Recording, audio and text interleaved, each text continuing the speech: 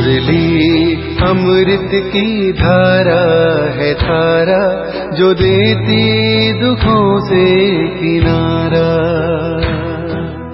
मुरली अमृत की धारा है धारा, जो देती दुखों से किनारा। भूले जीवन में हो जाए शिव बाबा मुरली में समझाए। ओम शांति। आज की तारीख है 24 दिसंबर 2021 की साकार मुरली। बाबा के महावाक्य है। मीठे बच्चे, बाप तुम्हें स्मृति दिलाते हैं, तुम पावन थे, फिर 84 जन्म लेते लेते पतित बने हो, अब फिर से पावन बनो।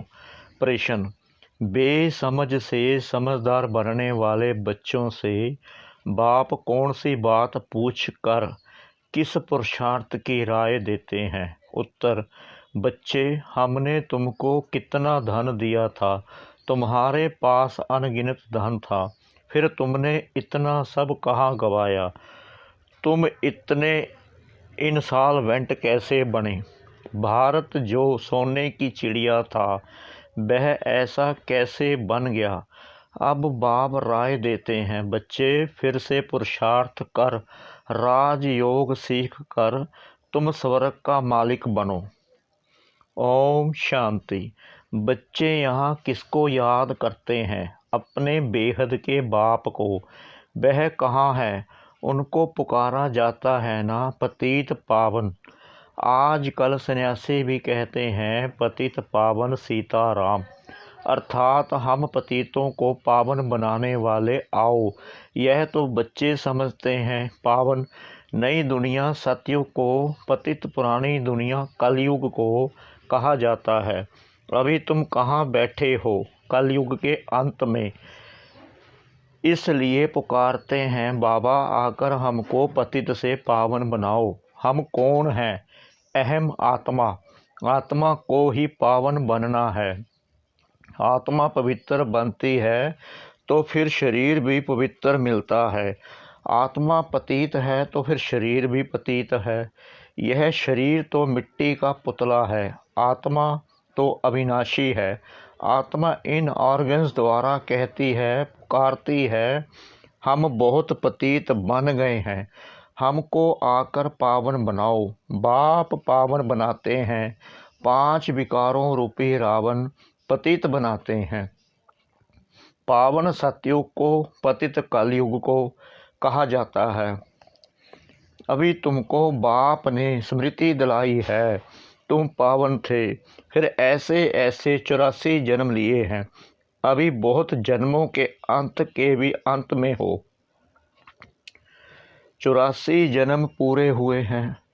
यह तो मनुष्य सृष्टि रूपी झाड़ है, मैं इनका बीज रूप हूँ। मुझे बुलाते हैं, हे परमपिता परमात्मा, जो गॉड फादर, लिबरेटर और गाइड भी है। हर एक अपने लिए कहते हैं, मुझे छुड़ाओ भी और पंडा बनकर शांति धाम ले जाओ। सन्यासी आदि भी कहते हैं, स्थायी शांति कैसे मिले? अब शांति धाम तो है मूल वतन, जहाँ से फिर आत्माएं पाठ बजाने आती हैं। वहाँ सिर्फ आत्माएं हैं, शरीर नहीं है। आत्माएं नंगी अर्थात शरीर बिगड़ रहती हैं। वह है शांति धाम अथवा निर्विकारी दुनिया, जहाँ आत्माएं रहती हैं। बच्चों को सीढ़ी पर भी समझाया है, कैसे हम सीढ़ी नीचे उतरते आए हैं। 84 जन्म लगे हैं। यह 84 जन्म है मैक्सिमम, फिर कोई एक जन्म भी लेते हैं। 1 से 84 तक हैं। आत्माएं ऊपर से आती ही रहती हैं। अभी बाप कहते हैं, मैं आया हूँ पावन बनाने। बच्चे चिट्ठी लिखते हैं तो एड्रेस लिखते हैं, शिव बाबा केयर ऑफ ब्रह्मा बाबा। शिव बाबा है आत्माओं का बाप और ब्रह्मा को कहा जाता है आदि देव एडम दादा। दादा में बाप आते हैं, कहते हैं, तुमने मुझे बुलाया है, हे पतित पावन आओ, आत्माओं ने इस शरीर द्वारा बुलाया है। मुख्य है तो आत्मा ना, यह है ही दुख धाम। यहाँ देखो तो अचानक बैठे बैठे अकाले मृत्यु भी हो जाती है। छोटे बच्चे भी मर पड़ते हैं। सतयुग में अकाले मृत्यु कभी होती नहीं। यहाँ तो बैठे बैठे मर जाते हैं। वहाँ ऐसी कोई बीमारी आदि नहीं होती। नाम ही है स्वर्ग। कितना अच्छा नाम है। नाम कहने से ही दिल खुश हो जाती है। सतयुग हेवन, पैराडाइज क्रिश्चियन भी कहते हैं क्राइस्ट से 3000 वर्ष पहले पैराडाइज था। यहाँ भारतवासियों को तो यह पता भी नहीं है, क्योंकि उन्होंने बहुत सुख देखा है तो दुख भी बहुत देख रहे हैं। तमो प्रधान बने हैं। 84 जन्म भी उन्हों के ही हैं। आधा कल्प बाद और धर्म वाले आते हैं। अभी तुम समझते हो आधा कल्प देवी देवता थे तो और कोई धर्म नहीं था। फिर त्रेता में राम राज्य हुआ तो भी इस्लामी बौद्धि नहीं थे। मनुष्य तो घोर अंधियारे में हैं। कह देते दुनिया की आयु लाखों वर्ष है, इसलिए मनुष्य समझते हैं कलयुग तो अभी छोटा बच्चा है। तुम अभी समझते हो कलयुग की आयु पूरी हुई है, फिर सतयुग आएगा। इसलिए तुम आए हो बाप से स्वर्ग का बरसा लेने। तुम सब स्वर्गवासी थे। बाप आते ही हैं स्वर्ग स्थापन करने। बाकी सब शांति धाम घर चले जाते हैं। फिर यहाँ आकर पाठधारी बनते हैं। शरीर बगैर तो आत्मा बोल ना सके। वहाँ शरीर ना होने कारण आत्मा शांत रहती है। उनको मूल वतन शांति धाम कहा जाता है। यह बातें शास्त्रों में है नहीं। शास्त्र तो मनुष्यों ने बनाए हैं। सतयुग में यह होते नहीं, भक्ति ही नहीं करते, इसलिए शास्त्रों की भी दरकार नहीं रहती। देवताएं भक्ति करते नहीं, बाद में फिर देवताओं की भक्ति मनुष्य करते हैं। वह है ही देवताओं की दुनिया, यह है मनुष्यों की दुनिया। देवताओं का राज्य था, अभी नहीं है। कोई को पता नहीं कि कहाँ गए। इन लक्ष्मी नारायण की डिनास्टी थी। यह नॉलेज अभी तुमको मिलती है और कोई मनुष्य में यह नॉलेज होती नहीं। बाप ही आकर मनुष्य को यह नॉलेज देते हैं, जिससे मनुष्य देवता बन जाते हैं। तुम यहाँ आते ही हो मनुष्यों से देवता बनने। देवताएं कभी अशुद्ध खान पान बीड़ी आदि पीते नहीं। वह है देवताएं, यहाँ है सब मनुष्य। वह पावन, यह पतित। बाप बैठ आत्मा से बात करते हैं, आत्मा ही सुनती है इन ऑर्गन्स द्वारा। शास्त्रों में यह बातें नहीं हैं। सतयुग में रावण होता ही नहीं है, दुख का नाम नहीं। फिर धीरे धीरे दुख शुरू होता है। फिर तुम्हारे पास अथाह धन रहता है। भक्ति मार्ग में तुम मंदिर बनाते हो। पहले पहले होता है सोमनाथ का मंदिर। बड़े बड़े हीरे जवाहरात थे तुम्हारे पास, उनकी कोई कीमत कर नहीं सकते। मुख्य है सोमनाथ का मंदिर, परंतु राजाएं तो सब अपना अपना मंदिर बनाते होंगे, क्योंकि उन्हों को पूजा करनी होती है। पूजा पहले पहले होती है शिव की। सोमनाथ भी शिव को कहा जाता है। सोमनाथ अर्थात सोम रस पिलाने वाला। ज्ञान अमृत है ना, तो बाप बैठ समझाते हैं। बाप को ही ट्रुथ कहा जाता है। बाप कहते हैं मैं ही आकर भारत को सचखंड बनाता हूँ। तुम सभी देवताएं कैसे बन सकते हो, वह भी तुमको सिखलाता हूँ। शिव बाबा ब्रह्मा द्वारा कार्य कराते हैं। ब्रह्मा हो गया सावरा, क्योंकि बहुत जन्मों के अंत का यह जन्म है ना। यह फिर गोरा बनेगा। कृष्ण का चित्र भी गोरा और सावरा है ना। म्यूजियम में बड़े अच्छे अच्छे चित्र हैं, जिस पर तुम अच्छी रीति समझा सकते हो। तुम जानते हो हम शांति धाम अपने घर जाते हैं, वहाँ के हम रहने वाले हैं। फिर यहाँ आकर पाठ बजाते हैं। बच्चों को पहले पहले तो यह निश्चय होना चाहिए कि यह कोई साधु संत आदि नहीं पढ़ाते हैं। यह तो सिंध का रहने वाला था, परंतु इनमें जो प्रवेश कर बोलते हैं वह है ज्ञान का सागर। उनको कोई नहीं जानते हैं, कहते भी हैं ओ गॉड फादर, परंतु उनका नाम रूप देश काल क्या है यह कोई नहीं जानते। फिर कह देते हैं सर्वव्यापी। अरे परमात्मा कहाँ है? कहेंगे वह तो घट घट के वासी हैं, सबके अंदर है। अब हरेक के घट घट में तो हरेक की आत्मा बैठी है। परमात्मा बाप को तो बुलाते हैं, बाबा आकर हम पतितों को पावन बनाओ। तुम मुझे बुलाते हो यह धंधा, यह सेवा कराने लिए। हम छीछी को आकर शुद्ध बनाओ। पतित दुनिया में हमको निमंत्रण देते हो, बाप तो पावन दुनिया देखते ही नहीं, पतित दुनिया में ही तुम्हारी सेवा करने आए हैं। अब यह रावण राज्य विनाश हो जाएगा। बाकी तुम जो राजयोग सीखते हो, वहाँ जाकर राजाओं का राजा बनते हो। तुमको अनगिनत बार बनाया है। पहले पहले है ब्राह्मण कुल, प्रजापिता ब्रह्मा भी गाया जाता है ना, जिसको एडम आदि देव कहा जाता है। यह कोई को पता नहीं है। बहुत हैं जो आकर सुनकर फिर माया के वश हो जाते हैं। पुण्य आत्मा बनते बनते पाप आत्मा बन जाते हैं। माया बड़ी जबरदस्त है, सबको पाप आत्मा बना देती है। यहाँ कोई भी पवित्र पुण्य आत्मा है नहीं। पवित्र आत्माएं देवी देवताएं ही थे। जब सभी पतित बन जाते हैं तब बाप को बुलाते हैं। अभी है ही रावण राज्य, पतित दुनिया। इनको कहा ही जाता है कांटों का जंगल। सतयुग है गार्डन ऑफ फ्लावर्स।